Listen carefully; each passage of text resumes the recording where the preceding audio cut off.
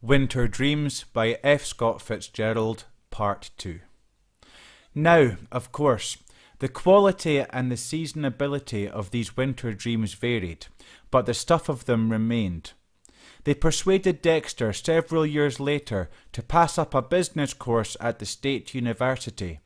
His father, prospering now, would have paid his way, for the precarious advantage of attending an older and more famous university in the East, where he was bothered by his scanty funds.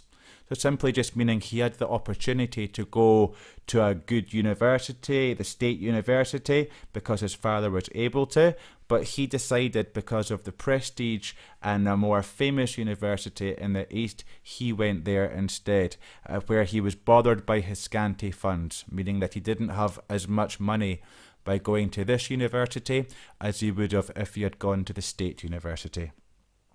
But do not get the impression, because his winter dreams happened to be concerned at first with musings on the rich, that there was anything merely snobbish in the boy. That's quite important there, that idea that the narrator's telling us don't think there was anything merely snobbish in the boy. He wasn't a snob. He wanted not association with glittering things and glittering people. He wanted the glittering things themselves. Often he reached out for the best without knowing why he wanted it, and sometimes he ran up against the mysterious denials and prohibitions in which life indulges.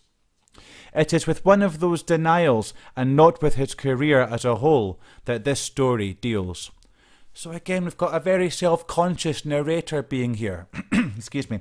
A third-person narrative. It's not Dexter narrating it. It's a narrator who is looking down, third person, and able to tell the story. And we're told that it's not his career as a whole that the story deals with. It's more one of those denials. Okay.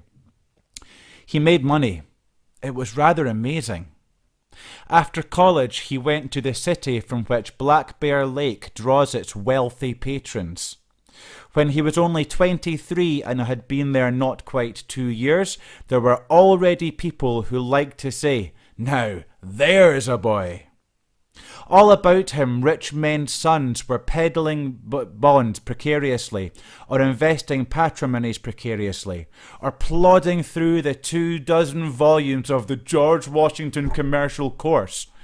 But Dexter borrowed $1,000 on his college degree and his confident mouth and bought a partnership in a laundry.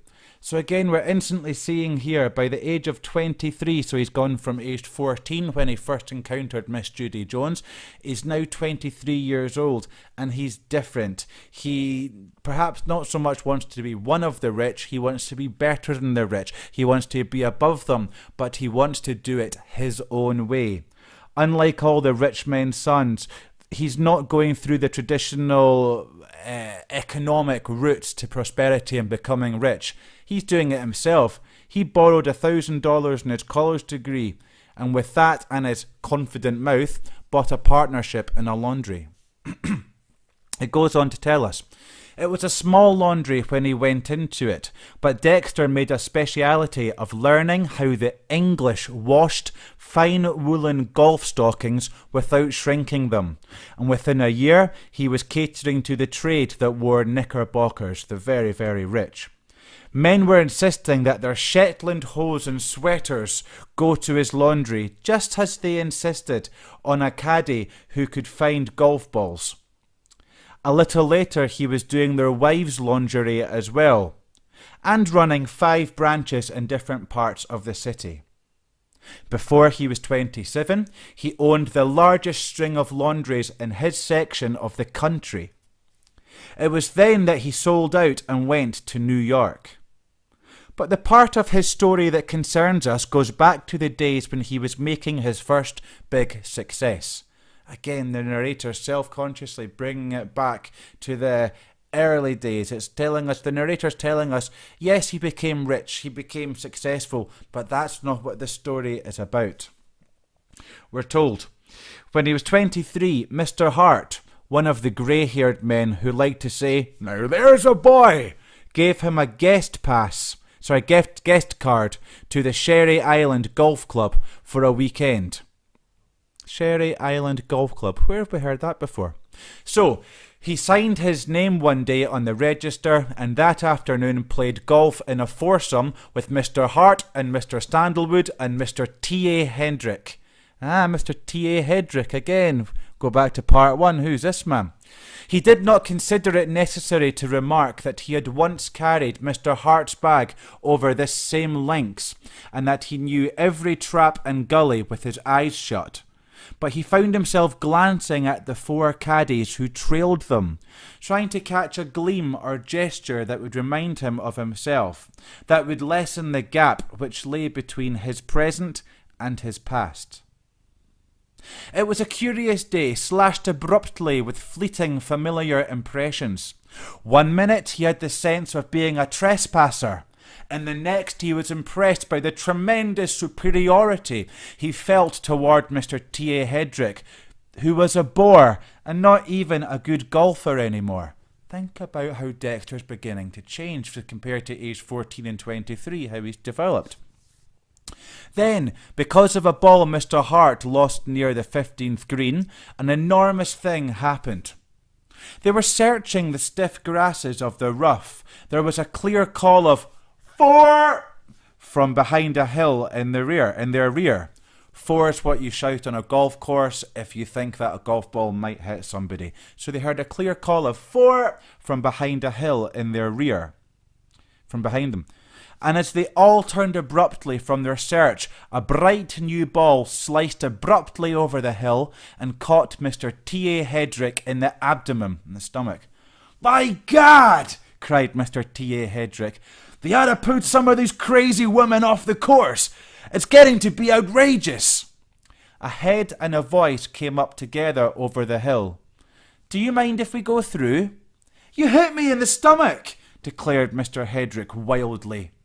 "Did I?" The girl approached the group of men. "I'm sorry. I yelled 4. Her glance fell casually on each of the men and then scanned the fairway for her ball. "Did I bounce into the rough?" It was impossible to determine whether this question was ingenious or malicious. In a moment, however, she left no doubt, for as her partner came up over the hill, she called cheerfully, "Here I am. I'd have gone on the green except that I hit something." As she took her stance for a short mashie shot, Dexter looked at her closely. She wore a blue gingham dress, rimmed at the throat and shoulders, with a white edging that accentuated her tan. The quality of exaggeration, of thinness, which had made her passionate eyes and down-turning mouth absurd at 11, was gone now. Who's this then? She was arrestingly beautiful. The colour in her cheeks was centred like the colour in a picture. It was not a high colour, but a sort of fluctuating and feverish warmth, so shaded that it seemed at any moment it would recede and disappear. This colour and the mobility of her mouth gave a continual impression of flux, of intense life, of passionate vitality, balanced only partially by the sad luxury of her eyes. This is an incredible piece of writing Fitzgerald's creating here. It really is. The description of this character, you should be beginning to link to part 1 and working out quite obviously who this female is. We'll find out in a minute if not. But the description of her face, of the colours in it, and this idea that this colour and the mobility of her mouth gave a continual impression of flux, of up and down, of intense life, of passionate vitality, balanced only partially by the sad luxury of her eyes. The sad luxury of her eyes. That's an oxymoron. Oxymoron. Have a look at for the literary term to find out more. But it's a very interesting oxymoron. It's two things which are opposed, should be opposed to each other. The sad luxury, a sad luxury. It should be opposed, but it kind of makes sense. Have a think about it and develop your ideas and thinking. Okay. Oh, sorry.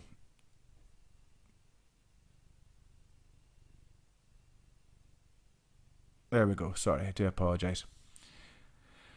She swung her mashie impatiently and without interest, pitching the ball into a sandpit on the other side of the green. With a quick, insincere smile and careless "thank you," she went on after it. "That Judy Jones," remarked Mr. Hedrick on the next tee as they waited, some moments, for her to play on ahead. "All she needs is to be turned up and spanked for 6 months, and then to be married off to an old-fashioned cavalry captain." The ideas, the Victorian ideals, Mr. Hedrick perhaps showing, juxtaposing, being compared to this Judy Jones on a golf course, which obviously causes Mr. Hedrick some annoyance. "My God, she's good looking," said Mr. Sandwood, who was just over 30. "Good looking?" cried Mr. Hedrick contemptuously. "She always looked as if she wanted to be kissed, turning those big cow eyes on every calf in town." It was doubtful if Mr. Hedrick intended a reference to the maternal instinct. Look at Mr. Hedrick. We know it's a man that from the age of 14 Dexter fantasised about beating, whether it be very easily or whether it be him coming up from behind and winning at the very end. We see his old Victorian sensibilities, and this is key, the Victorian age and the way that society was run. Look, however, at Mr. Sandwood, about 6 years older than Dexter here, and he's perhaps thinking differently to Mr. Hedrick about the beauty that this young woman has, whereas Mr. Hedrick seems to be showing the Victorian ideals a little bit more of women should be kept indoors. "She'd play pretty good golf if she'd try," said Mr. Sandwood. "She has no form," said Mr. Hedrick solemnly. "She has a nice figure," said Mr. Sandwood, meaning she has a nice body. "Better thank the Lord she doesn't drive a swifter ball," said Mr. Hart, winking at Dexter. Later in the afternoon, the sun went down with a riotous swirl of gold and varying blues and scarlets, and left the dry, rustling night of western summer. Dexter watched from the veranda of the golf club, watched the even overlap of the waters in the little wind, silver molasses under the harvest moon. Then the moon held a finger to her lips, and the lake became a clear pool, pale and quiet. Dexter put on his bathing suit and swam out to the furthest raft, where he stretched, dripping on the wet canvas of the springboard. Think about the setting. Think about, why is Fitzgerald painting such a beautiful setting? Look at the way he's talking about the colours and the movement. He is painting the setting for us as readers. We're told there was a fish jumping and a star shining, and the lights around the lake were gleaming. Over on a dark peninsula, a piano was playing the songs of last summer and of summers before that. Songs from Chin Chin and the Count of Luxembourg and the Chocolate Soldier. And because the sound of a piano over a stretch of water had always seemed beautiful to Dexter, he lay perfectly quiet and listened. The tune that the piano was playing at that moment had been gay and new 5 years before, when Dexter was a sophomore at college. They had played it at a prom once when he could not afford the luxury of proms, of dances, and he had stood outside the gymnasium and listened. The sound of the tune precipitated in him a sort of ecstasy, and it was with that ecstasy he viewed what happened to him now. It was a mood of intense appreciation, a sense that, for once, he was magnificently attuned to life, and that everything about him was radiating a brightness and a glamour he might never know again. Wow, what a paragraph. This idea, again, we're finding out more about Dexter. When he was at college, he wasn't able to afford financially the luxury of going to the school of the college prom, so he had to stand outside and listen. What does this tell us about his character? How does this make us feel as readers about him? Again, keeping in mind, this is a third-person narration. The narrator's in third person, so we're finding out information we don't necessarily need to know. Why is the narrator telling us this? For you to decide. A low, pale oblong detached itself suddenly from the darkness of the island, spitting forth the reverberate sound of a racing motorboat. Two white streamers of cleft water rolled themselves out behind it, and almost immediately the boat was beside him, drowning out the hot tinkle of the piano and the drone of its spray. Dexter, raising himself on his arms, was aware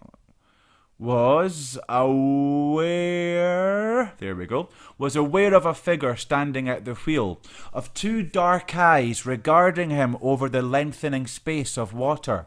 Then the boat had gone by and was sweeping in an immense and purposeless circle of spray, round and round in the middle of the lake. With equal eccentricity, one of the circles flattened out and headed back towards the raft. "Who's that?" she called, shutting off her motor. She was so near now that Dexter could see her bathing suit, which consisted apparently of pink rompers. Again, quite a perhaps revealing style of bathing suit, certainly something that wouldn't have been worn by women just 30 years beforehand. The nose of the boat bumped the raft, and as the latter tilted rakishly, he was precipitated towards her. Where's precipitated? We usually use precipitated about precipitation, about rain, for example. So Fitzgerald using this word choice of precipitated really gives us the impression of how he was almost naturally, just like precipitation in the atmosphere, naturally he's been drawn towards her. We're told, with different degrees of interest, they recognised each other. "Aren't you one of those men we played through this afternoon?" she demanded. Look at the narrator telling us she demanded it. What does that tell us about her personality?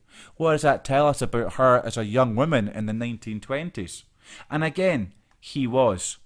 Interesting, the narrator doesn't actually allow Dexter to answer in direct speech, as Judy asked him in direct speech, "Are you one of those men we played through this afternoon?" Dexter doesn't answer. He allows the narrator to do that for him. Why? What effect does this have? Well, do you know how to drive a motorboat? Because if you do, I wish you'd drive this one so I can ride on the surfboard behind. "My name's Judy Jones." She favoured him with an absurd smirk. Rather, what she tried to be a smirk, for, twist her mouth as she might, it was not grotesque, it was merely beautiful. "And I live in a house over there on the island, and in that house there is a man waiting for me. When he drove up at the door, I drove out of the dock because he says that I'm his ideal." Okay, again, wow, what does this tell us about men and women? What does it tell us about the relationship between men and women? Men still feel, obviously, that they have to woo the women, they have to win them. There also seems to be an acceptance so that, as a man, they have the right to woo this woman. Almost the woman should be happy that the man is wanting to be with her. Quite interesting. What did Judy Jones do? She got up and she drove straight out of the dock to get in the speedboat. That was her response, her answer to this. What does that tell us? She wants to be independent. She doesn't want to be tied down to a man. A few different ideas. And then again we get a repetition of this setting from earlier. There was a fish jumping and a star shining and the lights around the lake were gleaming. Why? Why has he put this in? Dexter sat beside Judy Jones and she explained how her boat was driven. Then she was in the water swimming to the floating surfboard with a sinuous crawl. Watching her was without effort to the eye, watching a branch waving or a seagull flying. Her arms, burned to butternut, moved sinuously among the dull platinum ripples, elbow appearing first, casting the forearm back with a cadence of falling water, then reaching out and down, stabbing a path ahead. Sorry, cadence. Here, cadence, not cadence. Do apologise. Oops, there. They moved out into the lake, turning. Dexter saw that she was kneeling on the low rear of the now up-tilted surfboard. "Go faster," she called. "Fast as it'll go." What does this tell us? It tells us she's very bossy. She expects that Dexter will just do anything for her. But again, this idea of go faster, go as fast as it'll go. What does that suggest to us about her? Obediently, he jammed the lever forward and the white spray mounted at the bow. When he looked around again, the girl was standing up on the rushing board, her arms spread wide, her eyes lifted towards the moon. Toward the moon. Does this link in with the Greek figure of Diana, as you might know her? The moon goddess. What do we know about the moon goddess Diana? What might this suggest to us? It's awful cold, she shouted. What's your name? Again, he told her. The narrator's just telling us he told her. We don't see Dexter actually speaking here at all, do we? Why is Dexter not speaking? Why is the narrator not so much allowing, but not permitting, I suppose, Dexter to speak? So look at this. It's awful cold, she shouted. What's your name? He told her. Well, why don't you come to dinner tomorrow night? His heart turned over like the flywheel of the boat, and, for the second time, her casual whim gave a new direction to his life. Okay, very interesting. In this part, obviously, we've met Dexter. We've got to know Dexter as an adult, and we've also met Judy Jones as an adult as well. We don't see a lot at all from Dexter in this bit here. If we actually look through it, we can see that Dexter doesn't actually say anything in this part 3 to Judy Jones. It's all her that is saying things. The only things that Dexter says, we are told by the narrator. I'd like you to have a think. Why is that? Why do you think the narrator is not giving the speech of Dexter? Why is he telling us what he said? He told her. Why is the writer doing this? Okay, obviously go through this, have a think about it, think about the questions I've posted. It's a great opportunity for you to go through, find new vocabulary, find out the meanings of it, take a note, write down any questions you've got, and obviously you can either ask it in the comments below this YouTube video, or you can preferably save it for class so that we can all enjoy discussing and debating the ideas together. Until next time.